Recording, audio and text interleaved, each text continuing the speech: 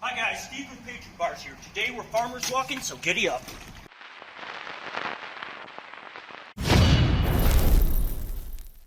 Fair warning guys, if you train only inside a traditional gym, there probably isn't going to be very much in this video that's going to be of use to you, and you can probably just skip it. Maybe I'll see you in the next video.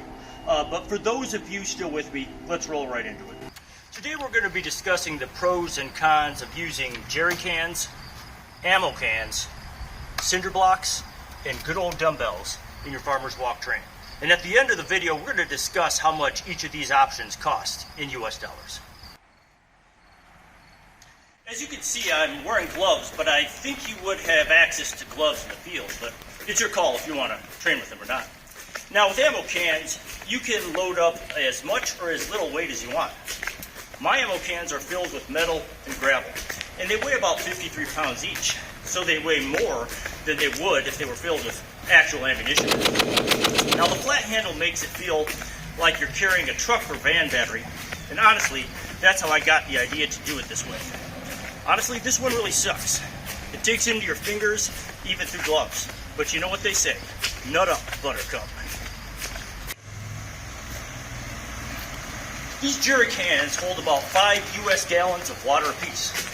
Jerry cans have nice, round, comfortable handles, and this makes them a very comfortable option. Now, you can really pick up the pace with jerry cans because unlike cinder blocks, they don't scratch your legs up.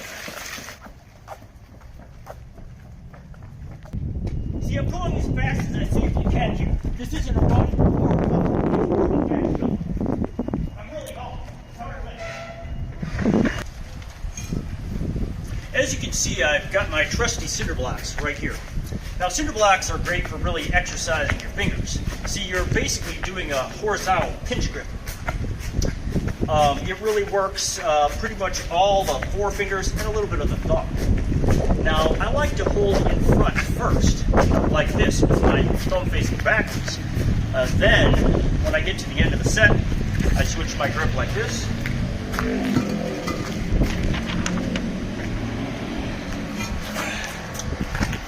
And now I'm grabbing from the other side to finish the set. Now both grips feel distinctly different, which means different muscles in your forearms and hands are activating, and that's a very good thing.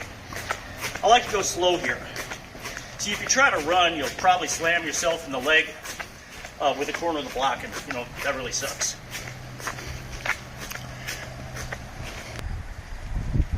These dumbbells are the rubber hex kind. You can pretty much buy these in any sporting goods store.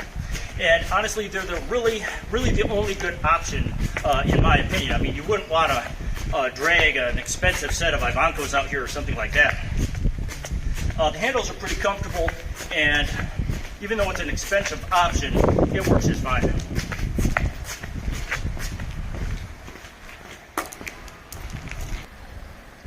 Like jerry cans, dumbbells allow you to really pick up the pace if you want to. I just felt like running.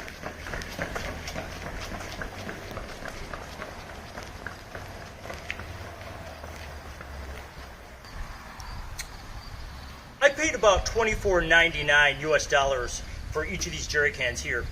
They were bright blue, probably meant to be used for marine applications on boats or whatnot. And as you can see, I rattle canned them a bit to try to tack them up, but it didn't work so well. The paint's starting to chip off, as you can see, while I train with them. So not working out too well, but oh well, live and learn.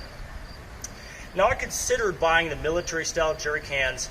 They're already green or brown, but they're a lot more expensive. It costs about $45 for the military-style ones, regardless of where you get them.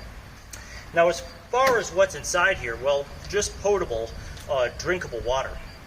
What I did is I went to the store and I just bought purified water, 10 gallons, and I dumped them in here. Basically, I wanted drinkable water in case of an emergency. Now, not often do you find a situation where you can get a good workout with a food or a drink item, but in this situation, you can.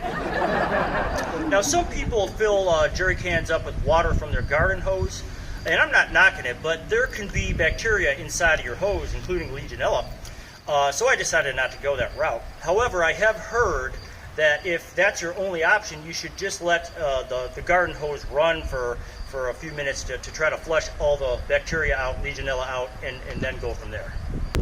Now these rubber hex dumbbells, they're by far the most expensive of all the options we're dealing with today. This was about $168 a pair. And these are just pretty common rubber hex dumbbells that you can buy in pretty much any sporting goods store. But they're very comfortable, and obviously you can use them for other things. See, dumbbells are versatile for your normal everyday workouts as well.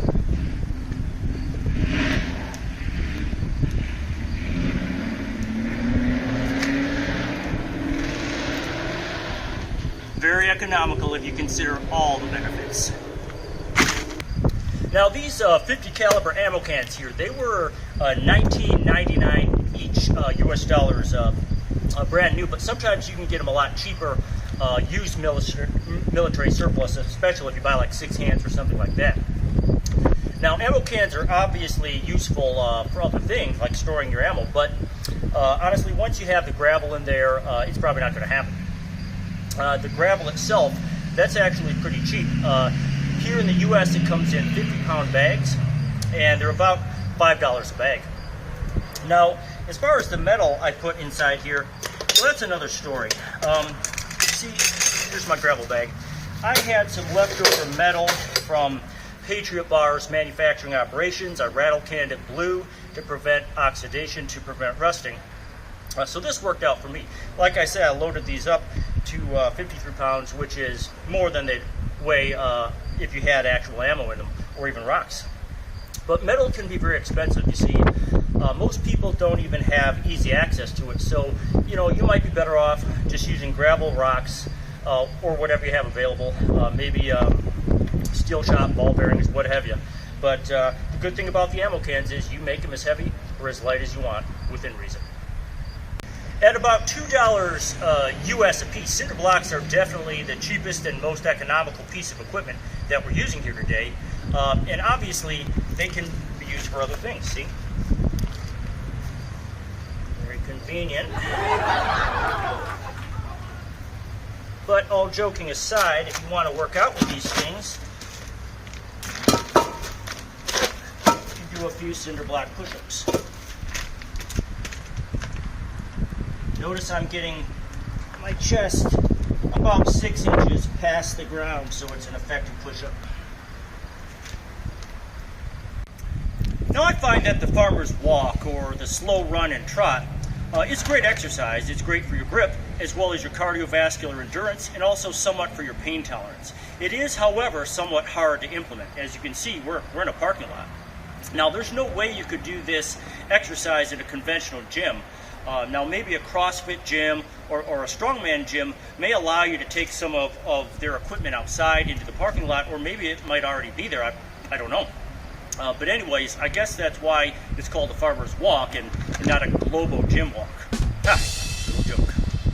Now guys, the only tip that I have for you in regards to improving your farmer's walk or farmer's run, other than to do it consistently, is to make sure you engage your traps. Took me a long time to figure out that I wasn't engaging my traps properly oftentimes when I farmer's walked. The easiest way to do that is to, practice your shrugs and make sure, and you don't have to be as exaggerated as me, but just make sure your traps are engaged and that you're not hanging passively like this. Now, if you're interested in improving other aspects of your grip strength, may I humbly suggest that you head on over to patriotbars.com and check out what we have to offer. We sell pinch blocks, wrist rollers, as well as, of course, the famous Patriot pull-up bar.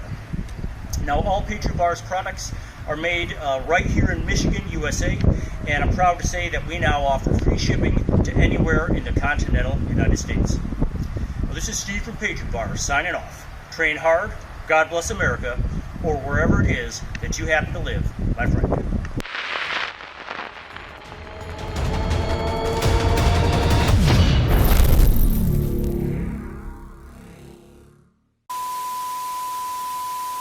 Action.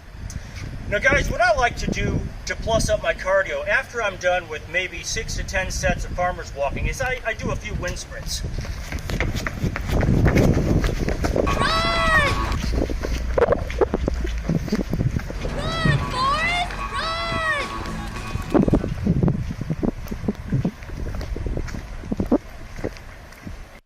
Start running.